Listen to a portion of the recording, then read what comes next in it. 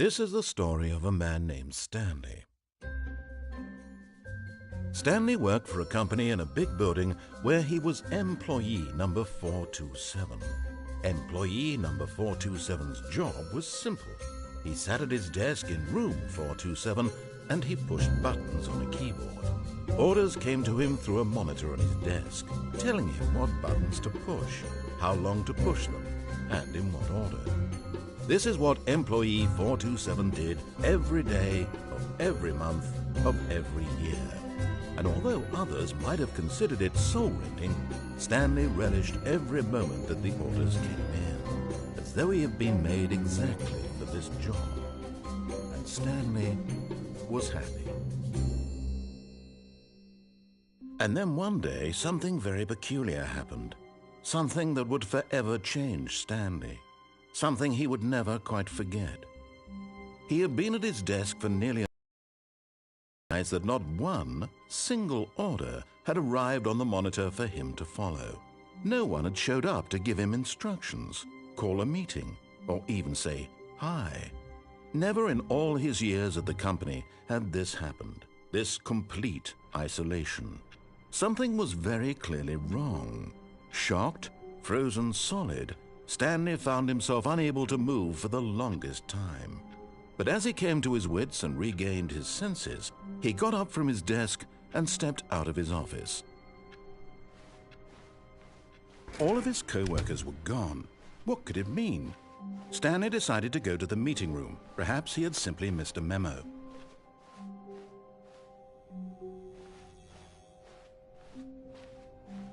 When Stanley came to a set of 2 open doors, he entered the door on his left.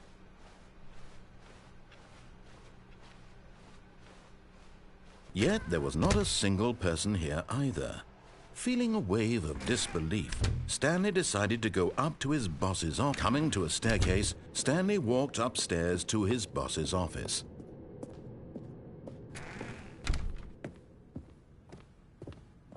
Stepping into his manager's office, Stanley was once again stunned to discover not an indication of any human life. Shocked, unraveled, Stanley wondered in disbelief who orchestrated this. What dark secret was being held from him?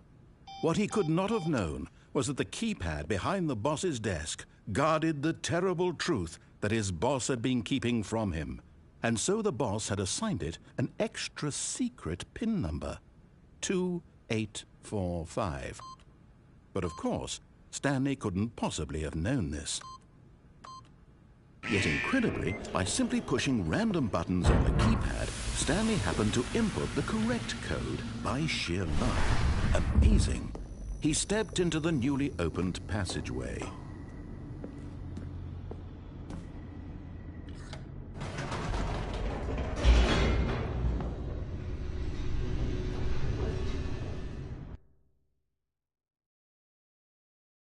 Descending deeper into the building, Stanley realized he felt a bit peculiar.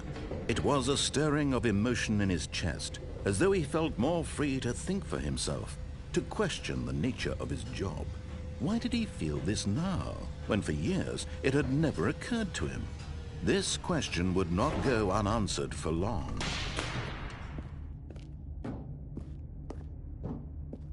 Stanley walked straight ahead through the large door that read Mind Control Facility.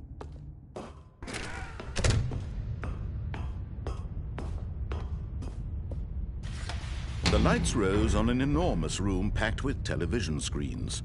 What horrible secret did this place hold? Stanley thought to himself.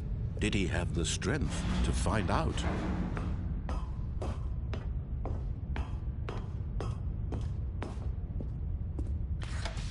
Now the monitors jumped to life, their true nature revealed.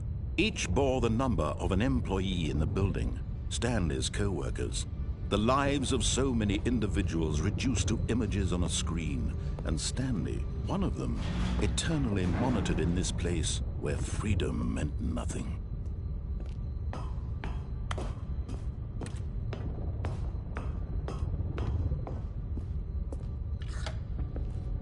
This mind control facility, it was too horrible to believe. It couldn't be true. Had Stanley really been under someone's control all this time?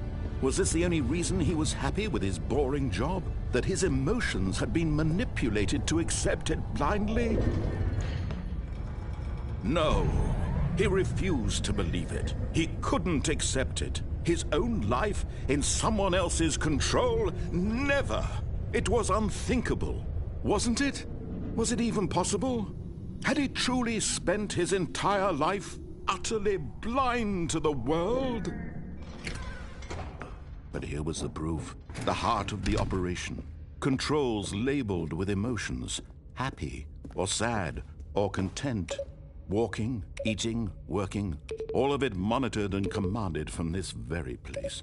And as the cold reality of his past began to sink in, Stanley decided that this machinery would never again exert its terrible power over another human life.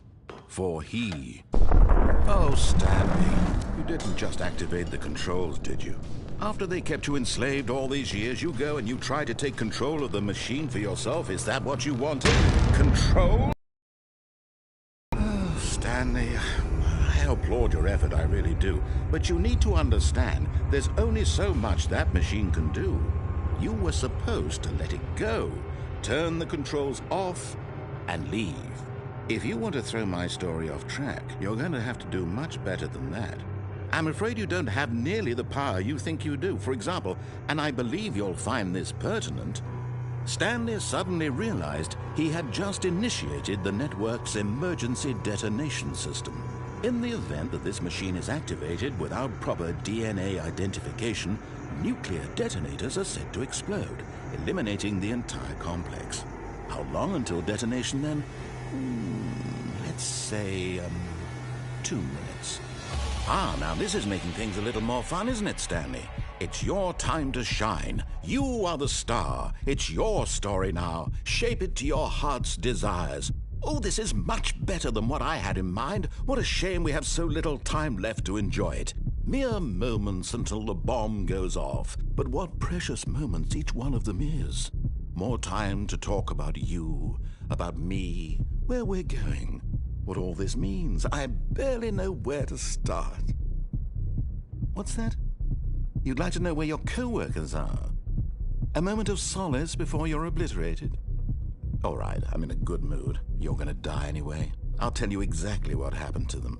I erased them. I turned off the machine. I set you free. Of course, that was merely in this instance of the story. Sometimes when I tell it, I simply let you sit there in your office forever, pushing buttons endlessly and then dying alone. Other times, I let the office sink into the ground, swallowing everyone inside, or I let it burn to a crisp. I have to say this, though, this version of events has been rather amusing. Watching you try to make sense of everything and take back the control wrested away from you, it's quite rich. I almost hate to see it go. But I'm sure whatever I come up with on the next go-around will be even better. My goodness, only 34 seconds left. But I'm enjoying this so much. You know what? To hell with it. I'm going to put some extra time on the clock. Why not? These are precious additional seconds, Stanley. Time doesn't grow on trees. Oh dear me, what's the matter, Stanley? Is it that you have no idea where you're going or what you're supposed to be doing right now? Or did you just assume when you saw that timer that something in this room was capable of turning it off? I mean, look at you. Running from button to button, screen to screen, clicking on every little thing in this room. These numbered buttons, no, these colored ones. Or maybe this big red button, or this door. Everything, anything, something here will save me. Why would you think that, Stanley? That this video game can be beaten? Won? Solved? Do you have any idea what your purpose in this place is? Stanley, you're in for quite a disappointment. But here's a spoiler for you. That timer isn't a catalyst to keep the action moving along. It's just seconds ticking away to your death. You're only still playing instead of watching a cutscene because I want to watch you for every moment that you're powerless. To see you made humble. This is not a challenge. It's a tragedy. You wanted to control this world, that's fine. But I'm going to destroy it first, so you can't. Take a look at the clock, Stanley. That's 30 seconds you have left to struggle. 30 seconds until a big boom and then nothing. No ending here, just you being blown to pieces.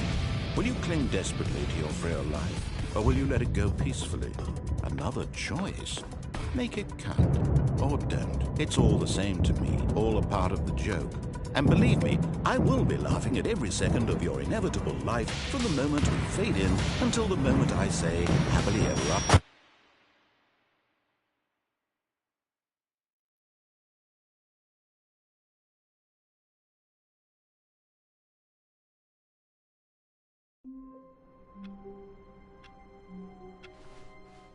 All of his co-workers were gone. What could it mean?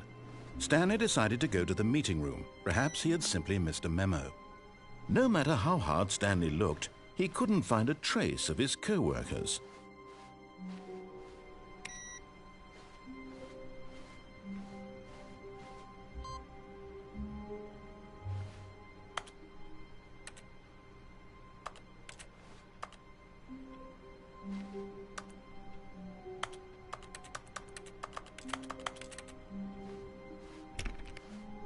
Stanley went around touching every little thing in the office, but it didn't make a single difference, nor did it advance the story in any way.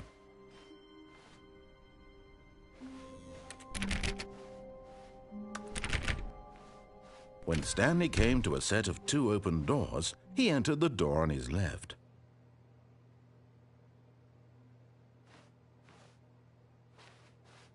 This was not the correct way to the meeting room, and Stanley knew it perfectly well.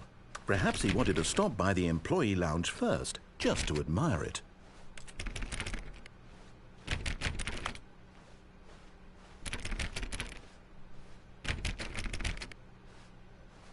Ah, yes, truly a room worth admiring. But eager to get back to business, Stanley took the first open door on his left.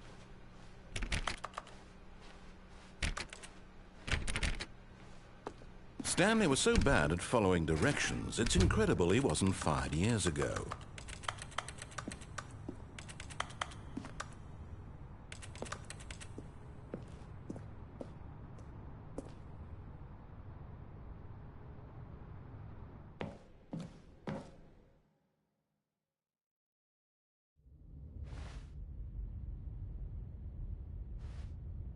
Stanley had now gotten himself so far off the beaten path that it seemed the office had begun so far off the beaten path that it seemed the office had begun so far off the beaten path that it seemed the office had begun so far off the beaten path that it seemed the office had begun so far off the beaten path that it seemed the office had begun so far off the beaten path that it seemed the office had begun. You didn't think I was actually just a recording, did you?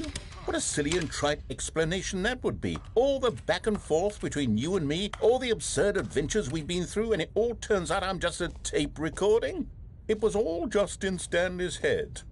I bet that's the kind of twist you think is revelatory. I bet each and every time you watch a movie where it turns out all to be in the main character's imagination, you must absolutely bolt off the couch in pure shock at the phenomenal and intricate storytelling. It must be so simple to be you. Life being an unending waterfall of surprises and delights. How much more exciting you must find the world than the rest of us do. Now I've become sad. Look what you've done to me. This is all your fault.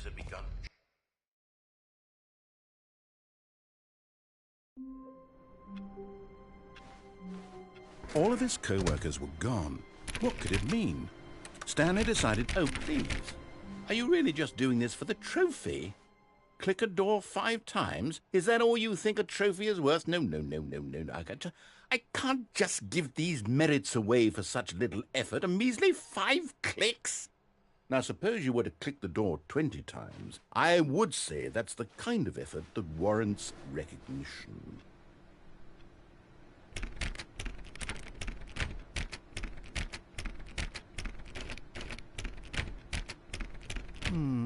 I have to say, I'm still not feeling the satisfaction of witnessing true effort for a noble cause. Perhaps 50 clicks will do it. Yes, almost certainly 50 clicks.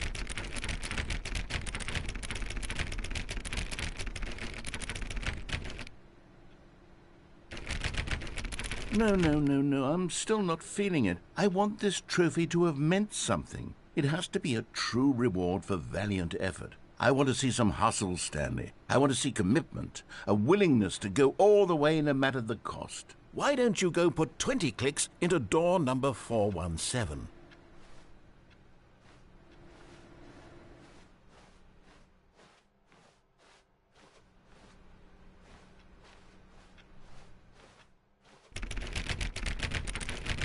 Oh, great. Now, go click a few times on door 437.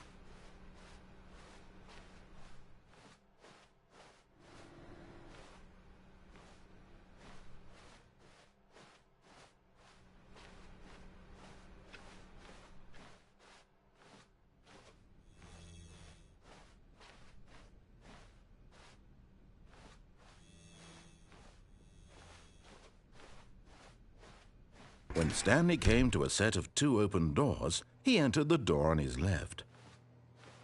This was not the correct way to the meeting room, and Stanley knew it perfectly well. Perhaps he wanted to stop by the employee lounge first, just to admire it. Wow, yes, this room. But eager to get back to business, Stanley took the first open door on his left. And so he detoured through the maintenance section, walked straight ahead to the opposite door, and got back on track.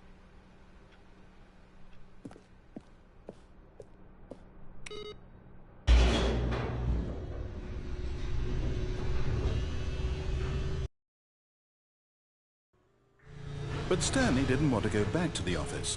He wanted to wander about and get even further off track. So now in order to get back, he needed to go, from here, it's, left. Oh, no, it's to the right, my mistake. No, not the right. Why would I have ever said it was to the right? What was I thinking? It's clearly... Oh, dear, would you hold on for a minute, please? Now, let's see. We went down right, left, down, left, right. Yep, okay, yes. I've got it now. This story is absolutely, definitely this way.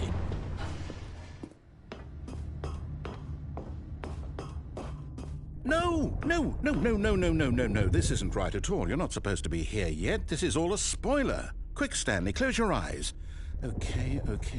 We just have to get back to, oh, who am I kidding? It's all rubbish now. The whole story completely unusable. How about, rather than waste my time trying to salvage this nonsense, we'll just restart the game from the beginning. And this time, suppose we don't wander so far off track, Okay, from the top.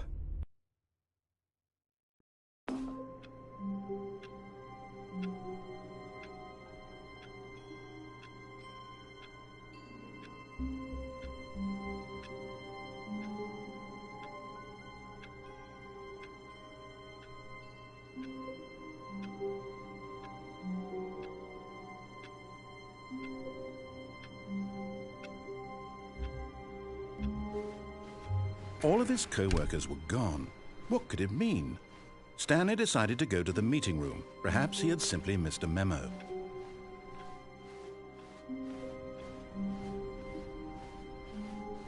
When Stanley... Wait, what? No, I restarted. I swear I definitely restarted the game over, completely fresh. Everything should be... Oh, did something change? Stanley, did you change anything when we were back in that room with all the monitors? Did you move the story somewhere or... Hold on. Why am I asking you? I'm the one who wrote the story. It was right here just a minute ago. I know for sure that it's here somewhere. Okay, then. It's an adventure. Come, Stanley. Let's find the story.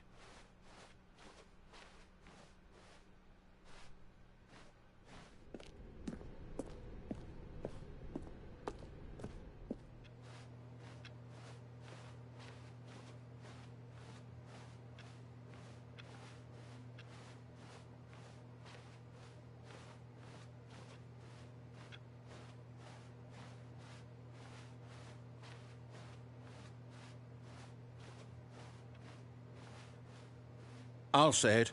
This is the worst adventure I've ever been on. I can promise you there definitely was a story here before. Do we need to restart the game again? Well, I find it unlikely that we'll ever progress by starting over and over again, but it's got to be better than this. Okay, let's give it a shot. Why not?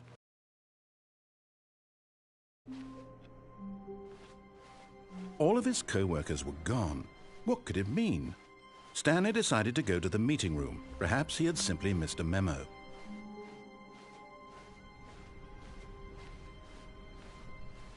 Okay, yep, it's worse. I might be remembering this wrong. It's possible the story is back where we just came from. Why don't we go back the other direction and see if we missed anything?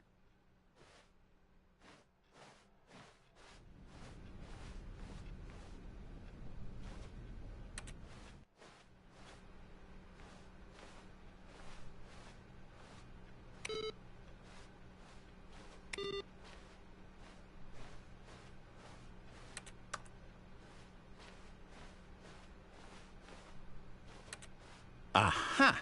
I knew we'd miss something. The story. Here it comes.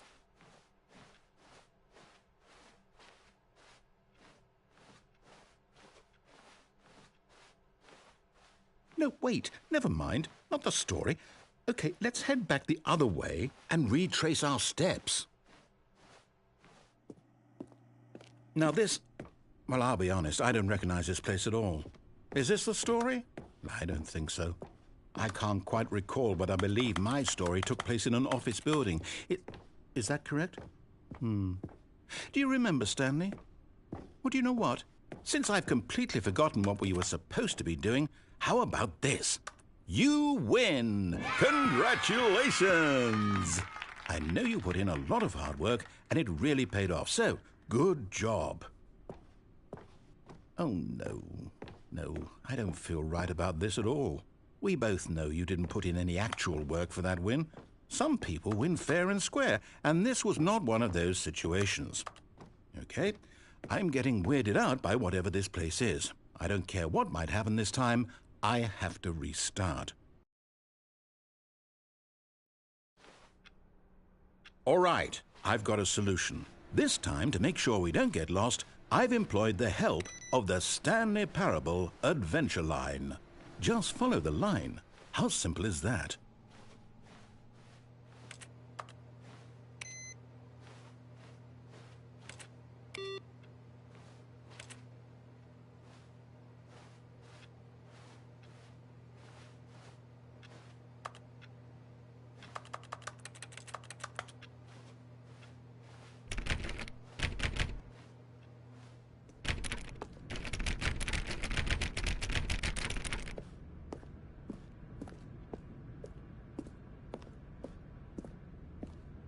You see? The line knows where the story is. It's over in this direction. Onward, Stanley, to destiny. Though, here's a thought. Wouldn't wherever we end up be our destination, even if there's no story there? Or to put it another way, is the story of no destination still a story? Simply by the act of moving forward, are we implying a journey such that a destination is inevitably conjured into being via the very manifestation of the nature of life itself? Okay, Stanley, I need to follow this train of thought for a minute. Just stick with me. Now, we can both agree that the nature of existence is in fact a byproduct of one's subjective experience of that existence, right? Okay. Now, if my experience of your existence rests inside of your subjective experience of this office, is this office, in fact, the skeleton of my own relative experiential mental subjective construct? Whoa. Hang on. That got a bit weird back there. Well, I'd like to apologize. Not sure where I was going with all that. You know what? I think what we need right now is a bit of music to lighten the mood.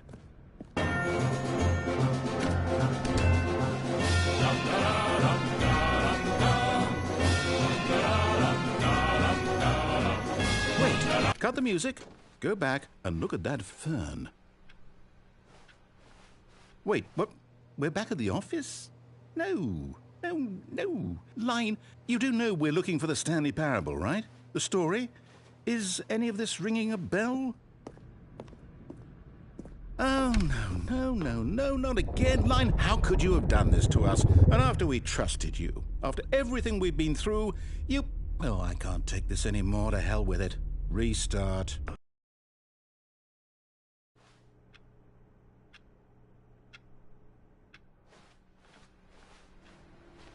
You know what, Stanley? I say forget the adventure line. What's it ever done for us? We're intelligent people, right?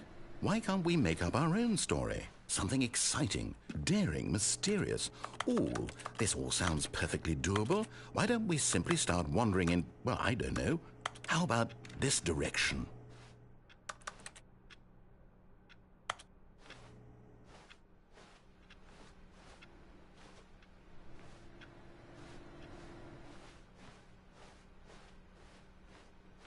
Now, yes, this is exciting. Just me and Stanley forging a new path, a new story. Well, it could be anything. What do you want our story to be? Go wild. Use your imagination. Whatever it might be, Stanley, I'm ready for it. Oh, no, not you again. Stanley, I'd also like to veto the line from having any role in our awesome new story. No lines or monitor rooms. Just don't acknowledge it. We should be fine.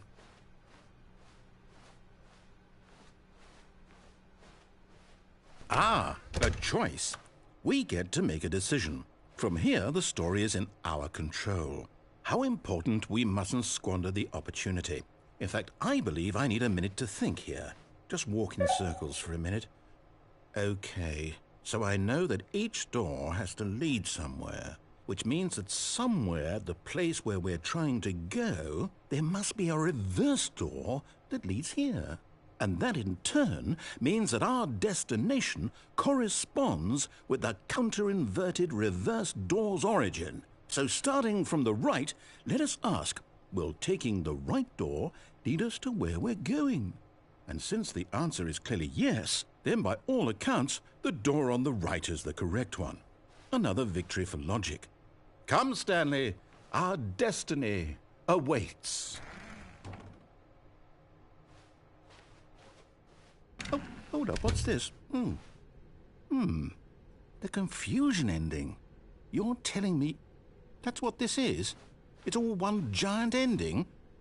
And we're supposed to restart the game, what, eight times? That's really how all this goes? It's all determined? So now, according to the schedule, I restart again. Then what? Am I just supposed to forget? Well, what if I don't want to forget? My mind goes blank simply because it's written here on this thing, wall. Well, who consulted me? Why don't I get to decide? Why don't I get a say in all of this? Is it really... No, it can't be. I don't want it to be. I don't want the game to keep restarting. I don't want to forget what's going on. I don't want to be trapped like this. I won't restart the game. I won't do it. I won't do it. I won't do it. And the timer stopped? Does that mean, did we do it? Did we break the cycle?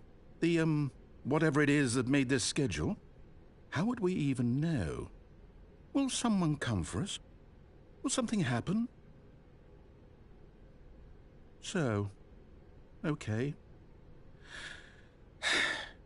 I guess now we just wait, you know. I suppose in some way that this is a kind of story, wouldn't you agree? I'm not quite sure if we're in the destination or the journey, though they're always saying that life is about the journey and not the destination, so I hope that's where we are right now. We'll find out, won't we? Eventually. Well, in the meantime, if you...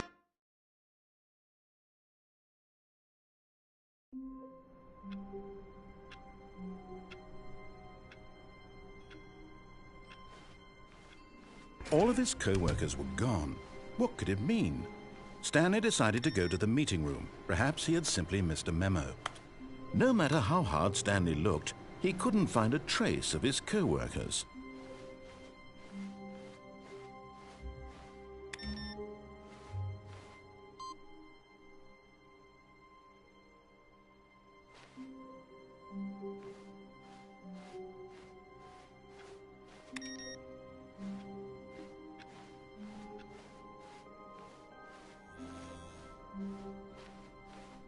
When Stanley came to a set of 2 open doors, he entered the door on his left.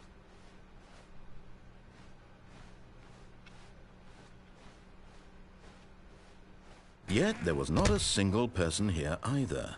Feeling a wave of disbelief, Stanley decided to go up to his boss's office. Coming to a staircase, Stanley walked upstairs to his boss's office. But Stanley just couldn't do it. He considered the possibility of facing his boss. Admitting he had left his post during work hours, he might be fired for that. And in such a competitive economy, why had he taken that risk? All because he believed everyone had vanished? His boss would think he was crazy. And then something occurred to Stanley. Maybe, he thought to himself, maybe I am crazy. All of my co-workers blinking mysteriously out of existence in a single moment for no reason at all? None of it made any logical sense. And as Stanley pondered this, he began to make other strange observations. For example, why couldn't he see his feet when he looked down? Why did doors close automatically behind him wherever he went? And for that matter, these rooms were starting to look pretty familiar. Were they simply repeating? No, Stanley said to himself, this is all too strange. This can't be real. And at last, he came to the conclusion that had been on the tip of his tongue. He just hadn't found the words for it. "I'm dreaming!" he yelled. "This is all a dream." Oh, what a relief Stanley felt to have finally found an answer, an explanation. His co-workers weren't actually gone. He wasn't going to lose his job. He wasn't crazy after all. And he thought to himself, I suppose I'll wake up soon.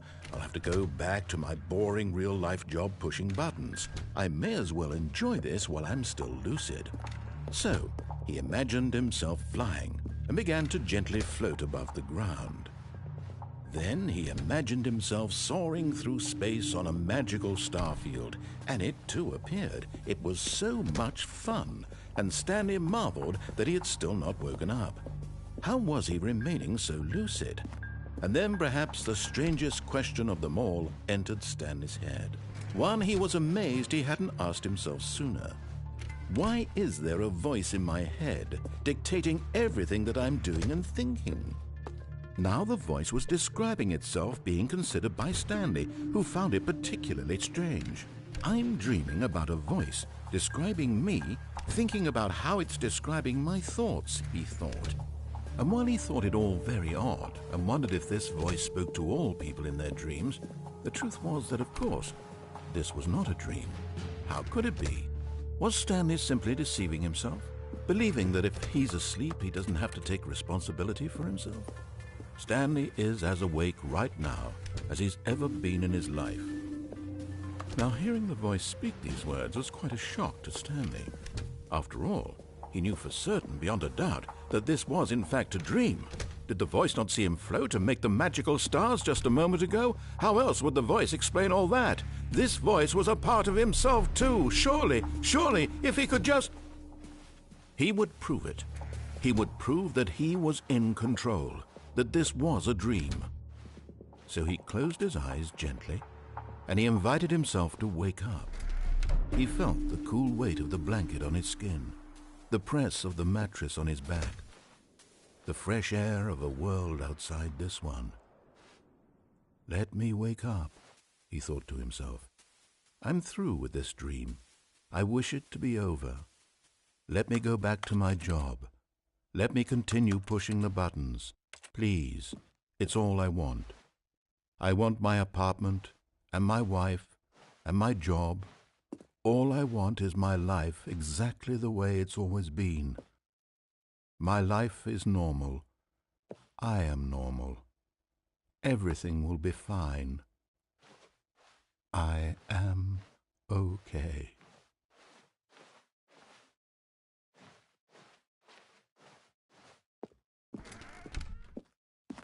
Stanley began screaming. Please, someone, wake me up. My name is Stanley. I have a boss. I have an office. I am real. Please, just someone tell me I am real. I must be real. I must be. Can anyone hear my voice? Who am I? Who am I? And everything went black.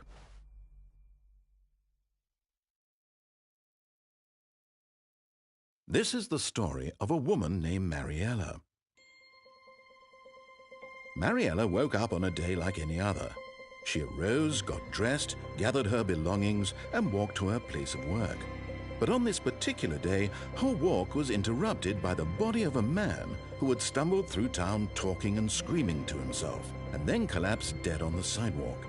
And although she would soon turn to go call for an ambulance, for just a few brief moments she considered the strange man. He was obviously crazy, this much she knew. Everyone knows what crazy people look like. And in that moment, she thought to herself how lucky she was to be normal. I am sane. I am in control of my mind. I know what is real and what isn't. It was comforting to think this, and in a certain way, seeing this man made her feel better. But then she remembered the meeting she had scheduled for that day, the very important people whose impressions of her would affect her career, and by extension, the rest of her life. She had no time for this, so it was only a moment that she stood there, staring down at the body. And then she turned and ran.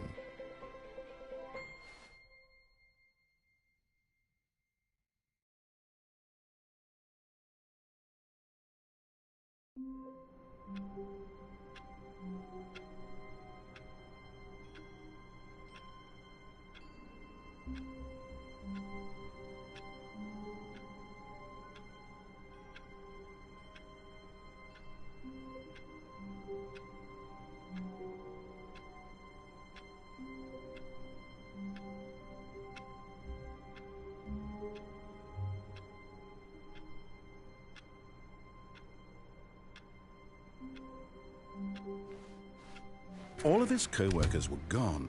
What could it mean? Stanley decided to go to the meeting room. Perhaps he had simply missed a memo. No matter how hard Stanley looked, he couldn't find a trace of his co-workers.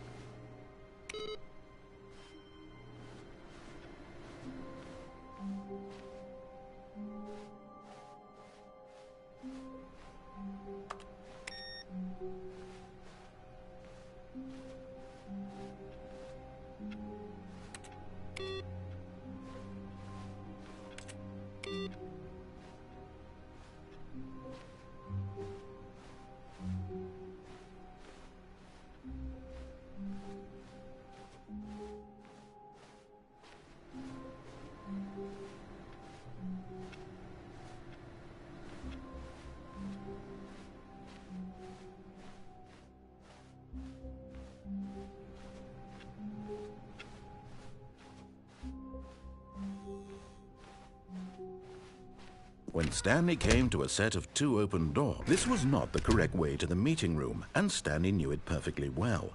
Perhaps he wanted to stop by the employee lounge first, just to admire it. The lounge was sublime, a work of art. But eager to get back to business, Stanley took the first open door on his left.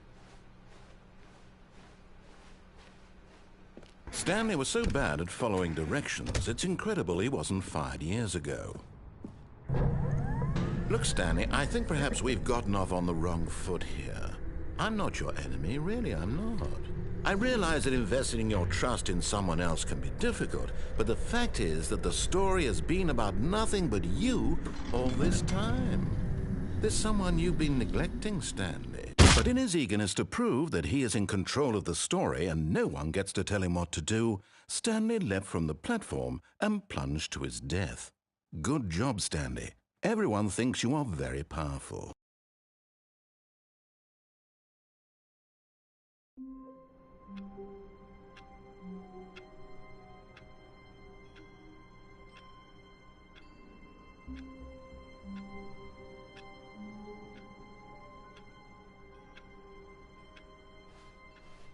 How long was I sitting there? Stanley wondered to himself. Minutes? Days? Centuries? Did something crucial happen while my senses were turned? He made a note to be more careful with time from now on.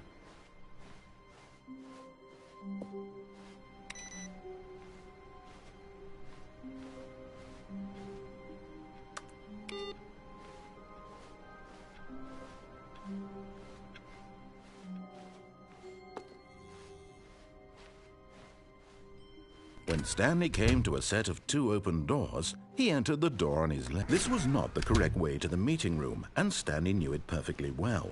Perhaps he wanted to stop by the employee lounge first, just to admire it. Standing now in this incredible room, Stanley for the first, but eager to get back to business, Stanley took the first open door on his left. Stanley was so bad at following directions, it's incredible he wasn't fired years ago. Look, Stanley, I think perhaps we've gotten off on the wrong foot here. I'm not your enemy, really, I'm not. I realize that investing your trust in someone else can be difficult, but the fact is that the story has been about nothing but you all this time. There's someone you've been neglecting, Stanley. What? Really? I was in the middle of something. Do you have zero consideration for others? Are you that convinced that I want something bad to happen to you? Why, I don't know how to convince you of this, but I really do want to help you, to show you something beautiful. Look, let me prove it. Let me prove that I'm on your side. Give me a chance. Now listen carefully, this is important. Stanley walked through the red door.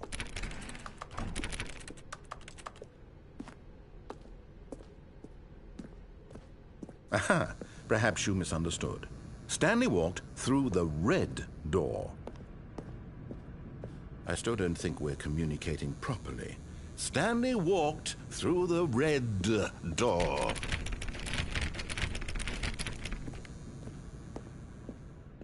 All right, fine, go ahead, Stanley.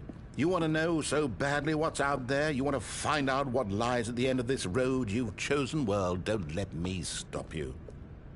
You see, there's nothing here.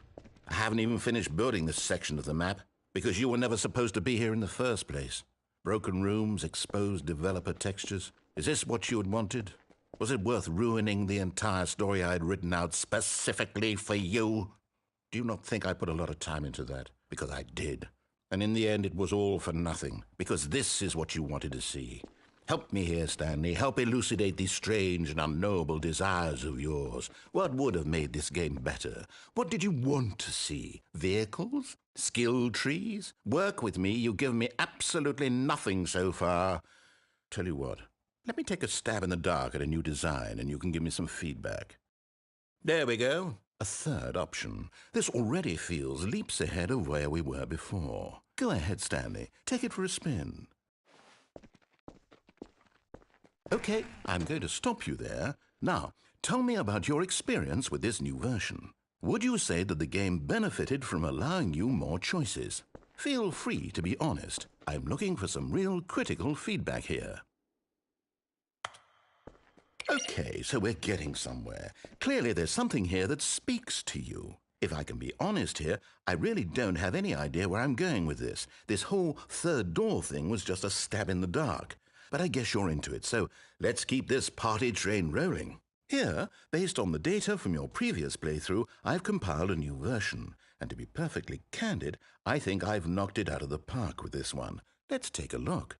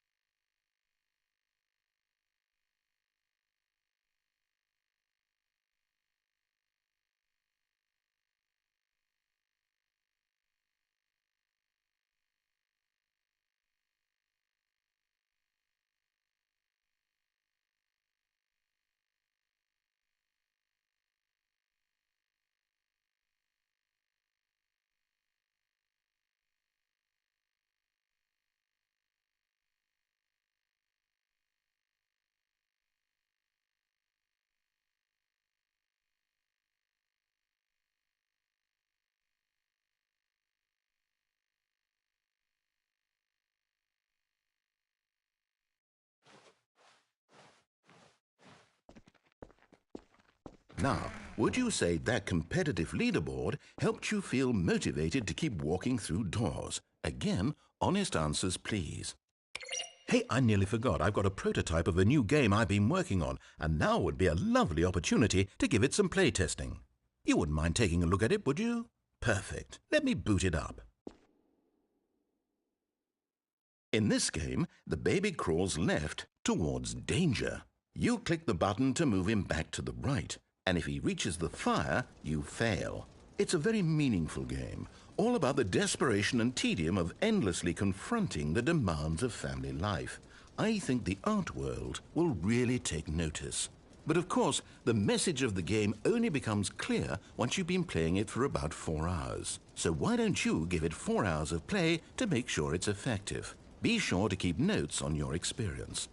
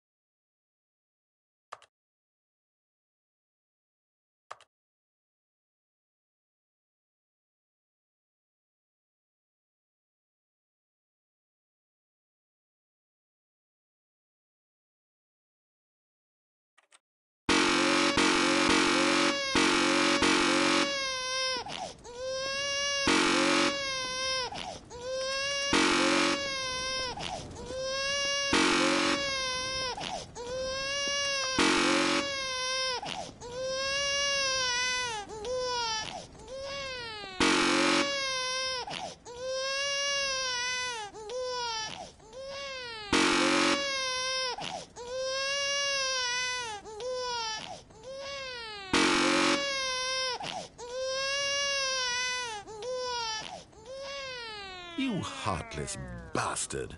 Did you do it because you hate babies or purely to spite me? Because if it's the latter, well, I don't know what to do. I'm completely out of ideas. I can't think of a single thing that might improve the experience for me. I'm not even going to try. I'm out. I'm done. It's over. Thank you for playing. Your input was extremely valuable. Oh, hey, since my game was so awful, why don't we play someone else's game, just to ease the pain? Let's see. What do we have here? Yes, this seems like it'll work. Let's give it a shot.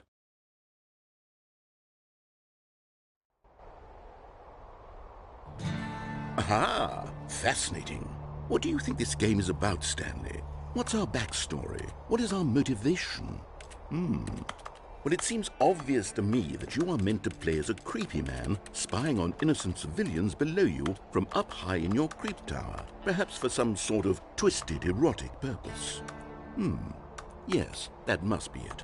What a fascinating venture into the experience of total mental depravity. So far, I love everything about this game, Stanley. And it seems there's even more.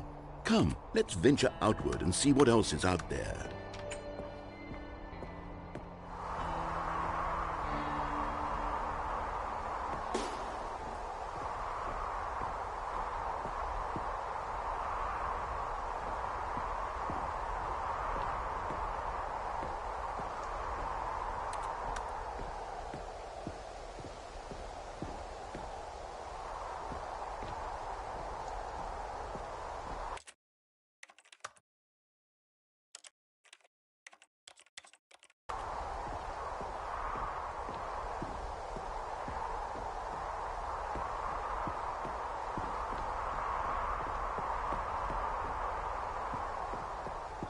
Oh, no. No, it can't be.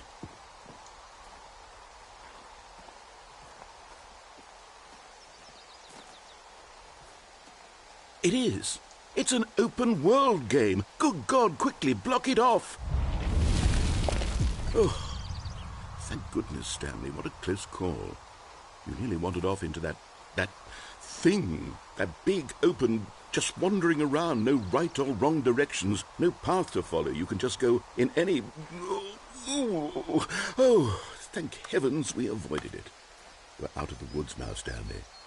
Okay, I'm going to get us out of here. Let's find another game. Preferably something with walls. Something with nice, big, insurmountable walls. Okay, I think this will be just the thing.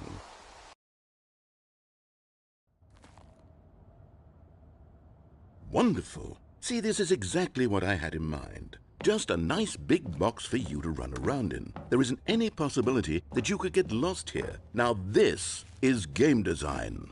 Stanley, if you manage to get lost in this game, I will be phenomenally impressed. Okay, so what exactly do we do here? Let's see. There are lots of cars here in the back, but obviously there's no racetrack. Okay, I'm seeing that there's a ball of some kind back here. Is this game sports ball? Stanley, I think it's sports ball. Oh, what fun. We shall run the bases and do a touchdown together?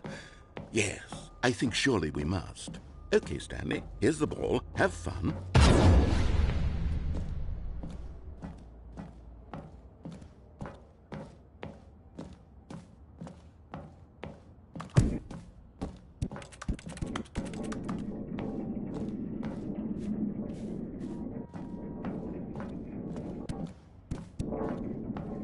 Hold on. What are you doing?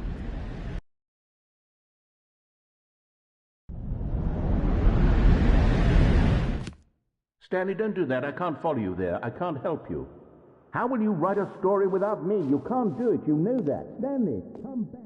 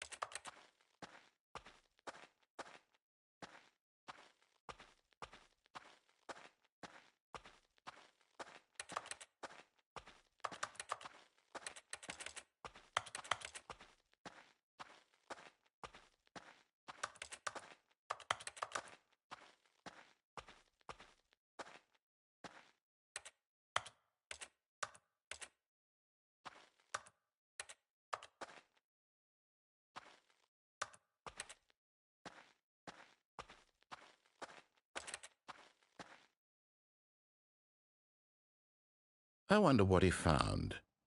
If what he wanted was to be the leading man in his own story, well, perhaps he's gotten it, down in wherever he is right now. I wonder if he's happy with his choice, and if he's learned the heavy cost that comes with it. He'll understand soon what I was trying to tell him. He needs me. Someone who will wrap everything up at the end, to make sense out of the chaos and the fear and the confusion. That's who I am. That is what I mean to this world. Oh, yes. Yes, I'll be back. There's no other way.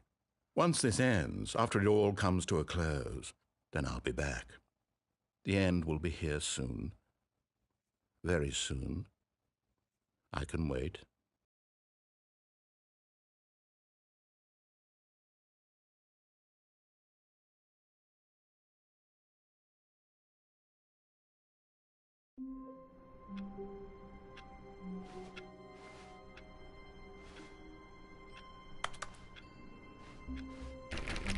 Wait, Oh, please. Are you really just doing this for the trophy? Click a door 5 times? Is that all you think a trophy is worth? No. I can't just give these merits away for such little effort. A measly 5 clicks? Now, suppose you were to click the door 20 times. I would say that's the kind of effort that warrants recognition. When Stanley came to a set of 2 open doors, he entered the door on his left. This was not the correct way to the meeting room, and Stanley knew it perfectly well. Perhaps he wanted to stop by the employee lounge first, just to admire it. Stanley felt lightheaded, butterflies in his stomach, but eager to get back to business, Stanley took the first open door on his left.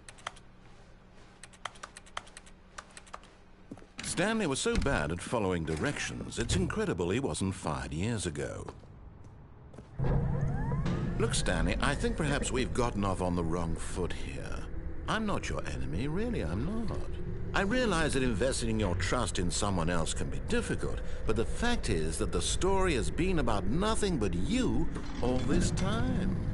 There's someone you've been neglecting, Stanley. What? Really? I was in the middle of something. Do you have zero consideration for others? Are you that convinced that I want something bad to happen to you? Why, I don't know how to convince you of this, but I really do want to help you, to show you something beautiful. Look, let me prove it. Let me prove that I'm on your side. Give me a chance. Now listen carefully, this is important. Stanley walked through the red door. Oh, thank God you are willing to listen to me. Do you see that I really have wanted you to be happy all this time? The problem is all these choices. The two of us always trying to get somewhere that isn't here. Running and running and running, just the way you're doing right now. Don't you see that it's killing us, Stanley? I wanted to stop. We would both be so much happier if we just stopped. And I think I have a solution. Here, let me show you.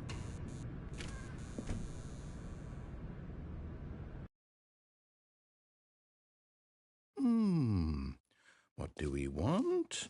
What are we looking for? Here.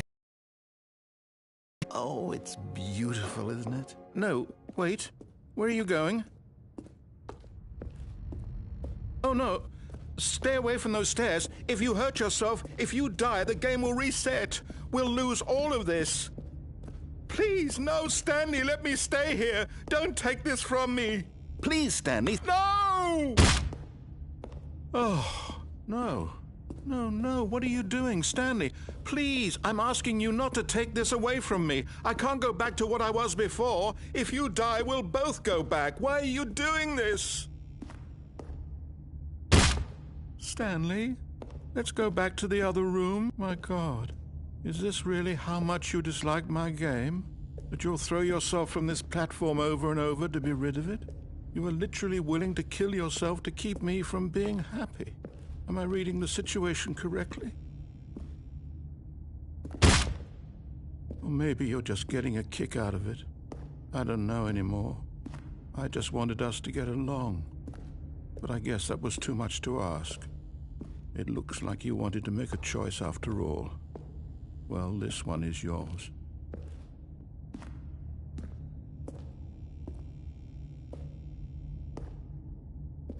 Is it over? It's going to restart, isn't it? I'm going back.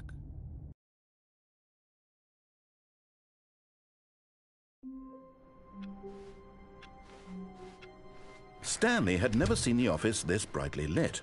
Was it a sign of something? He hoped it was. He hoped very much that it was.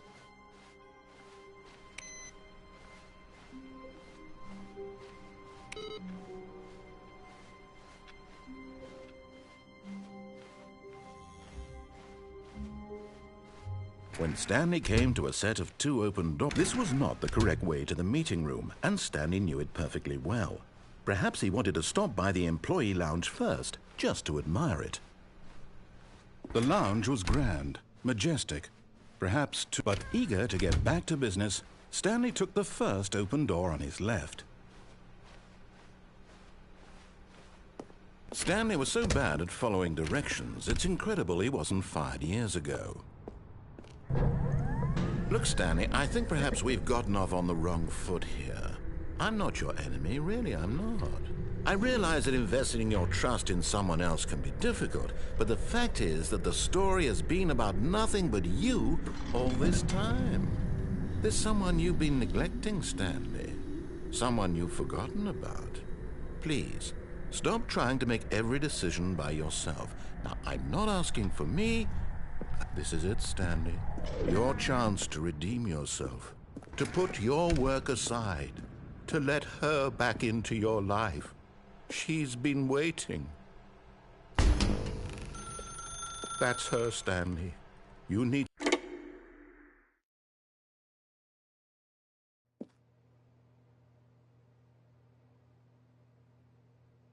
Oh, Stanley, is that you? Hold on, sweetie. Sorry to keep you waiting. I'm just pulling the bread out of the oven. All right. Okay, there we go. All right, now, I want you to come in and tell me all about your day. Gotcha. Oh, come on. Did you actually think you had a loving wife who'd want to commit their life to you? I'm trying to make a point here, Stanley. I'm trying to get you to see something. Come inside. Let me show you what's really going on here. Sorry, but you're in my story now. This is a very sad story about the death of a man named Stanley.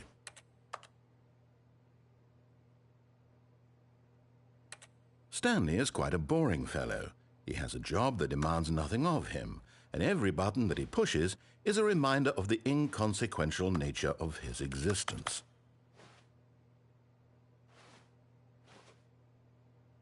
Look at him there, pushing buttons, doing exactly what he's told to do.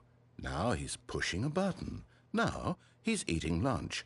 Now he's going home. Now he's coming back to work.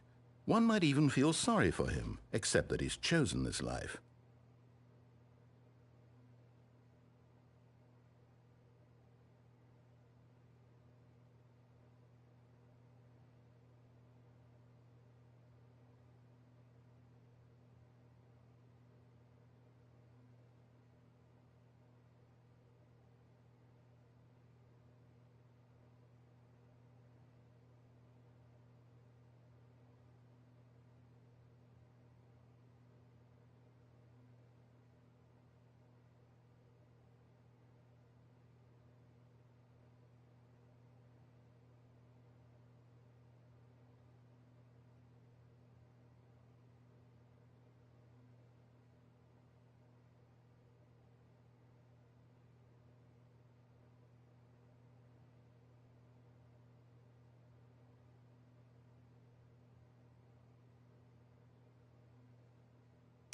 But in his mind, in his mind he can go on fantastic adventures. From behind his desk, Stanley dreamed of wild expeditions into the unknown, fantastic discoveries of new lands. It was wonderful, and each day that he returned to work was a reminder that none of it would ever happen to him.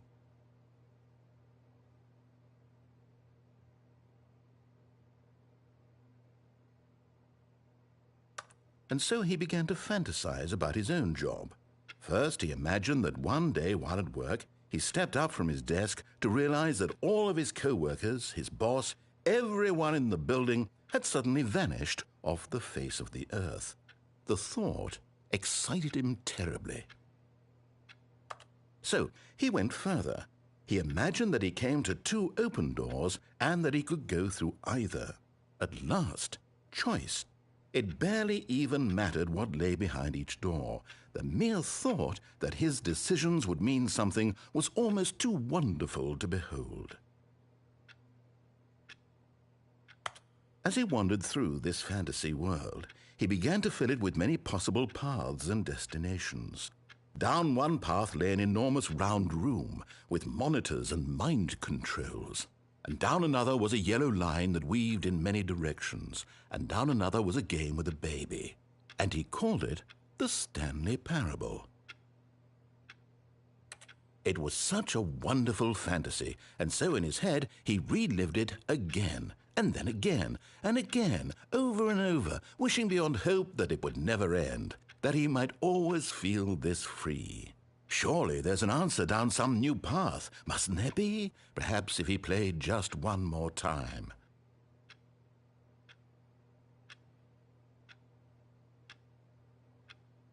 But there is no answer. How could there possibly be? In reality, all he's doing is pushing the same buttons he always has. Nothing has changed. The longer he spends here, the more invested he gets, the more he forgets which life is the real one. And I'm trying to tell him this, that in this world he can never be anything but an observer, that as long as he remains here, he's slowly killing himself. But he won't listen to me. He won't stop. Here, watch this. Stanley, the next time the screen asks you to push a button, do not do it.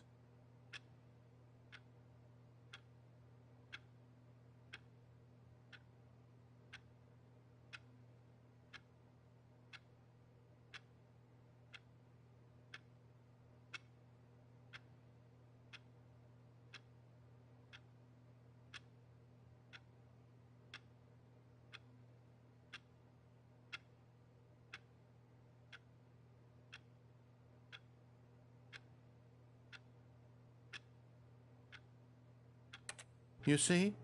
Can he just not hear me?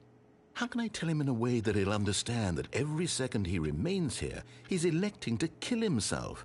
How can I get him to see what I see? How can I make him look at himself? I suppose I can't, not in the way I want him to.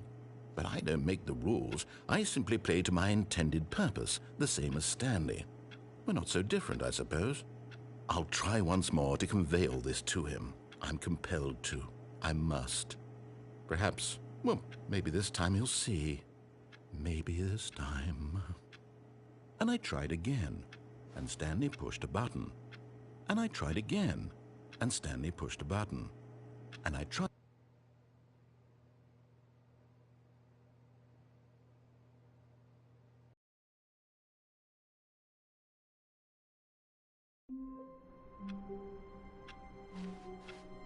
The meeting room. Yes, that's where everyone would be. Stanley just needed to get to the meeting room, and from then on, he would never be alone ever again.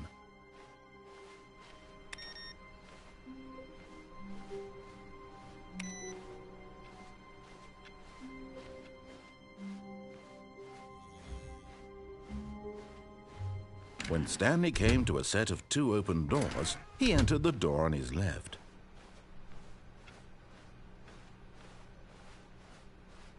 Yet there was not a single person here either. Feeling a wave of disbelief, Stanley decided to go up to his boss's office. Coming to a staircase, Stanley walked upstairs to his boss's office.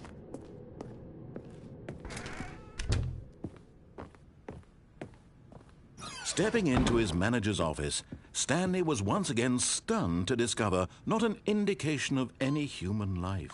What could it mean? Stanley was in such a rush to get through the story as quickly as possible, he didn't even have a single minute to just let the narrator talk. That kind of anxiety isn't healthy, so he relaxed for a few moments with some calming New Age music.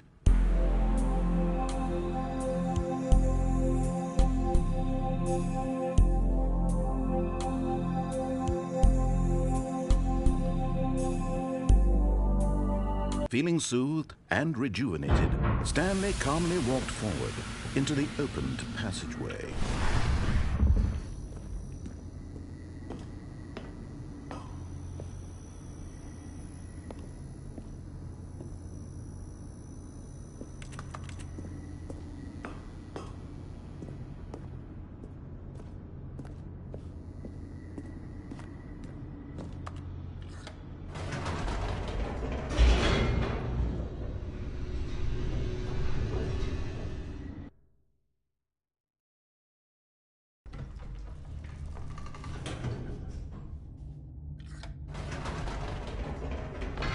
Whoops. Nope. Never mind. Stanley actually got back into the elevator and went back up. Silly me. Why did Stanley do that when he knew that it would just lead back to his boss's office? Well, that's a great question. I just can't wait to find out.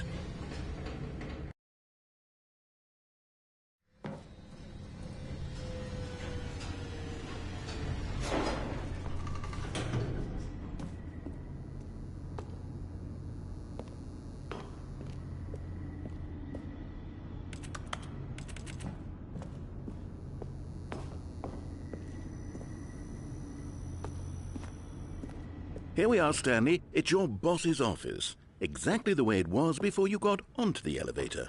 It's still just exactly what it is. What a decision you've made to come up here and look at the office again. This has fleshed out the plot of the story in new and fascinating ways I could have never anticipated. It's that keen eye for storytelling that you have, an incisive rapid fire of critical plot points, one after the other, weaving a rich tapestry of uncompromising narrative. Wow! I'm bolted to the edge of my seat. Incredible. Now he's getting back into the elevator and going down again. Ladies and gentlemen, how does he keep coming up with all of this?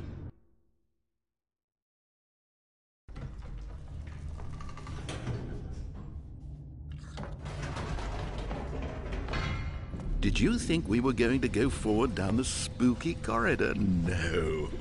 It's time once again to go back up in the elevator. I can't even begin to grapple with what might be up there. Is it the boss's office again?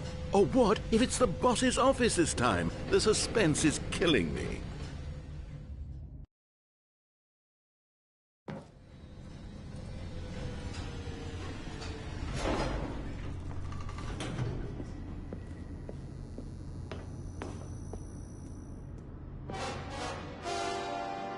Oh my God, it's the boss's office.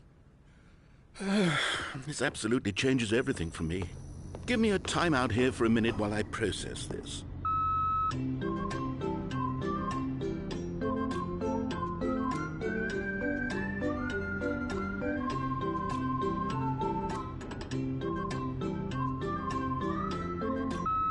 Okay, I'm ready. I'm prepared to embrace this stunning revelation and to move forward with... No, wait.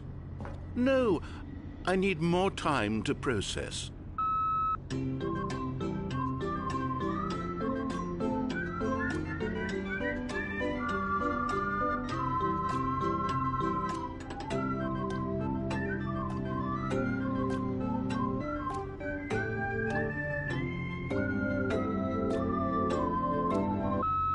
All right. I have fully come to terms with it. I have made space in my world, of course. Going back down in the elevator. How did I not anticipate it? I mean, sure, now it's obvious, but you have to understand that 30 seconds ago, this kind of thing had never been attempted before. I had no frame of reference to even anticipate it. That's just how revelatory Stanley's decision-making is. A breath of fresh air in a landscape of storytelling that has grown stale and repetitive.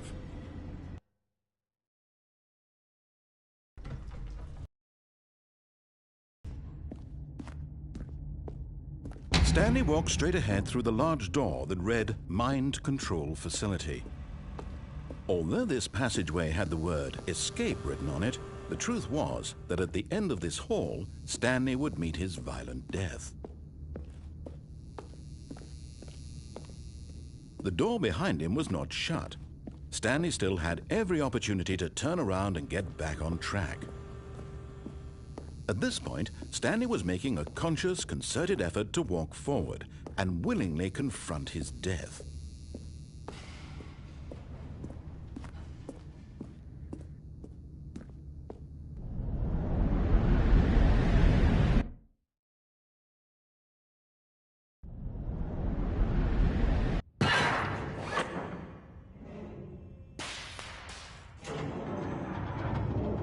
As the machine whirred into motion and Stanley was inched closer and closer to his demise, he reflected that his life had been of no consequence whatsoever.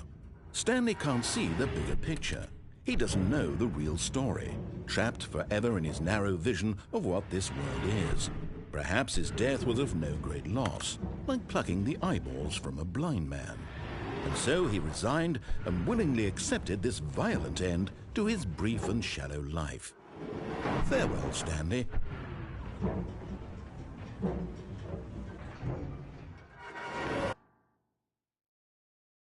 "Farewell, Stanley," cried the narrator, as Stanley was led helplessly into the enormous metal jaws. In a single visceral instant, Stanley was obliterated as the machine crushed every bone in his body, killing him instantly.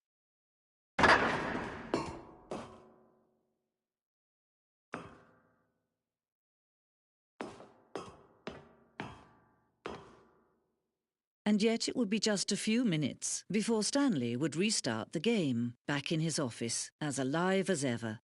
What exactly did the narrator think he was going to accomplish? When every path you can walk has been created for you long in advance, death becomes meaningless, making life the same. Do you see now? Do you see that Stanley was already dead from the moment he hit start?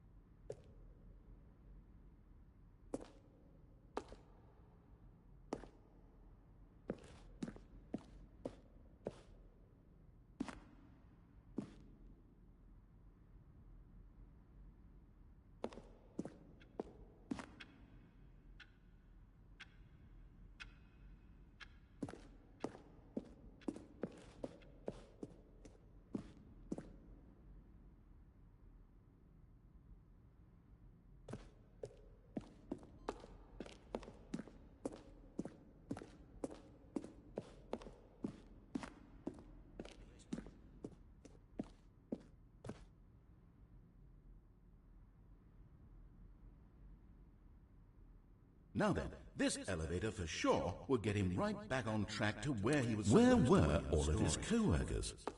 Oh, I don't know. How about they're throwing a surprise party for him for all his button pushing? Does that sound plausible to you?